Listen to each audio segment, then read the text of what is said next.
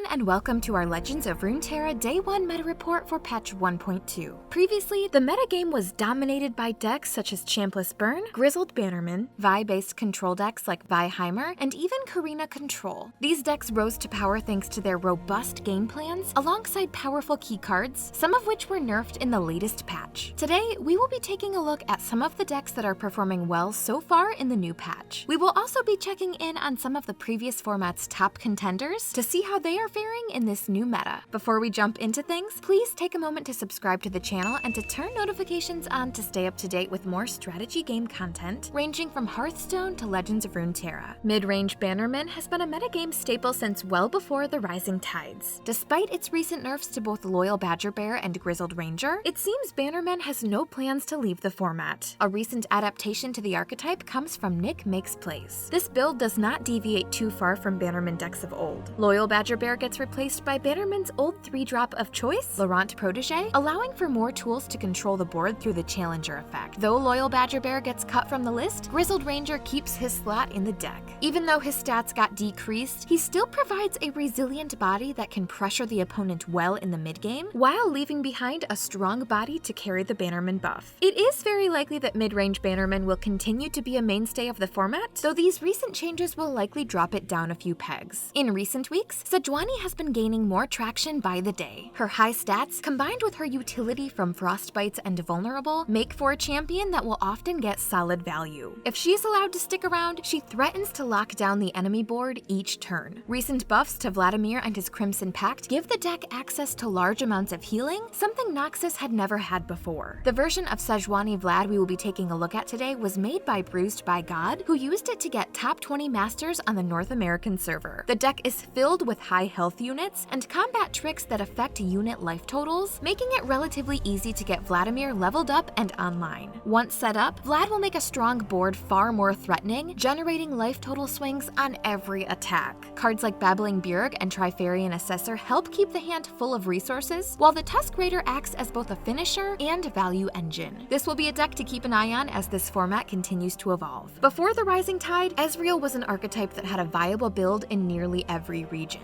When the Rising Tide hit the scene, the format shifted in a way that Ezreal decks couldn't keep up with. Today, we have Ezreal Twisted Fate, a deck made by Alan ZQ. It is a deck that excels at keeping the board under control thanks to its bevy of removal options. Previously, Ezreal Twisted Fate was outshined by the premier Ezreal deck, Ezreal Karma. With the recent nerf to Karma's mana cost, it is possible there is now more room in the format for another Ezreal deck. Access to Bilgewater gives Ezreal cheap ways to trigger his level up in Make It Rain and Parley. Twisted Fate acts as a versatile card that must be removed. If he is allowed to stick around long enough to level up, he will quickly take over a game through card advantage and board control. Interestingly, Alan ZQ's list plays the full 3 copies of Slotbot as a low-cost follower that will grow as the game progresses. At the start of the Rising Tides, Ezreal Twisted Fate was an archetype that got a decent amount of attention, but it eventually fell off. Only time will tell if this will be the archetype's time to shine. An archetype of old, Endure Spiders aims to build a wide board in the early game to set up for its late game They Who Endure. The archetype did not receive any buffs in patch 1.2, with its only change being a nerf to Brood Awakening. Despite its only change being a nerf, Endure Spiders stands strong thanks to its over-the-top combo finish. Endure Spiders has never been the top dog in a format, as it has always stood at the sidelines. Occasionally, the archetype would find itself popping up in High Master Ladder or being a part of strong tournament finishes. Our version of Endure Spiders today was built by Timus, who took the build to rank 150. The biggest innovation this version brings to the archetype is the inclusion of Ravenous Butcher and Cursed Keeper. Endure Spiders has been a mainstay in the Legends of Runeterra metagame and will likely continue to be a respectable option as long as it is able to pump out large They Who Endures. A new archetype innovated by Swim, Fizz Spells is a deck built solely around 2 units, Fizz and Starlit Seer. The deck's high density of spells assures that you will have activators to protect Fizz, while Starlit Seer acts as an engine that can make Fizz huge. At times, this deck can feel unfair to play against, since Fizz can at times feel impossible to remove. Even though this this deck has a tough to interact with game plan, it does have its weaknesses. With only 6 units, fighting for board is something this deck struggles with. If the deck is unable to find its units early, it starts to flounder, since a hand filled with cycle spells and combat tricks will not affect the board in any meaningful way. Fizz Spells has fairly polarized matchups. Decks that get onto the board quickly can apply enough pressure to get under Fizz. Slow decks that aim to control the board through removal, however, are a walk in the park for this deck. Fizz is able to invalidate nearly any form of removal targeting him, forcing opposing decks to ignore him and race. An archetype that came along with the Rising Tides, Sea Monsters, is a mid-range deck that, if given enough time, will go over the top of nearly anything. The deck aims to rapidly toss away cards, so it can go deep as soon as turn 6 or 7. Once deep, the Sea Monsters in the deck get a 3/3 power spike, making its units very difficult to contest through combat. Nautilus is used as one of the deck's finishers. Once leveled up, his 13/13 tough body becomes near impossible to remove outside of hard removal, such as Vengeance. Maokai acts as both a mid-game board control tool, as well as a win condition in a long game. As a whole, Sea Monsters received no changes in patch 1.2, which is fine given it was one of the more respectable decks in the previous patch. Our build of Sea Monsters today was built by Nick Makes Plays. This variant opts to play 0 copies of Abyssal Eye in favor of 3 copies of the Beast Below. A single copy of Terror of the Tides gives the deck ways to attack through a flooded board by giving them Team Fearsome and reducing the enemy team's power. Given that Sea Monsters was a dominant force of the previous format, it is likely Sea Monsters continues its trend of popularity. Fiora Shen is an archetype that showed promise in the early stages of Runeterra, but never truly came to fruition. With patch 1.2, Shen got a buff, raising his power from 2 to 3. The extra point of power makes it much more likely that Shen will kill a unit in combat. Fiora Shen is a deck with 2 branching game plans. The main win condition is to play Fiora and protect her until she can win the game. With access to so many barriers, as well as deny, the deck has the necessary tools to keep Fiora safe. Alternatively, the deck can play to win the board, then beat down with its mid-range units. Once leveled, Shen turns barriers into buffs, making it difficult for enemies to get favorable trades in. With 2 copies of Unyielding Spirit, Fiora Shen builds up to an inevitable win condition when given enough time. This build of Fiora Shen was made by Haloplasm, who took it to rank 250. Thanks to the recent buffs to Shen, as well as the addition of Unyielding Spirit, it is possible this can be the start of Fiora Shen's rise to power. Patch 1.2 is still young, and the format will continue to shift daily until the metagame can stabilize. Dominant archetypes will need more time to prove their dominance, and in that time, new decks might pop up to challenge the meta. The recent nerfs seem to have pushed Piltover and Zaun Noxus Burn out of the format, giving slower decks more opportunity to shine in this format. Vi also seems to have taken a backseat. The hit to her health pool makes her significantly easier to remove, though it is possible Vi will not be completely removed from the format. It will be interesting to see how this format develops. Will Bannerman remain a tier 1 presence in the format? Will Sejuani continue to rise in popularity? Only time will tell where things will end up, and we here at Tempo Storm are excited to see how the meta shapes up. Thank you so much for watching our LOR Day 1 Meta Report. If you enjoyed the video, please be sure to leave a like and to subscribe to the channel to be kept up to date with the rest of our content. Our next edition of the Legends of Runeterra Meta Snapshot will go live soon, so keep your eyes peeled. See you next time!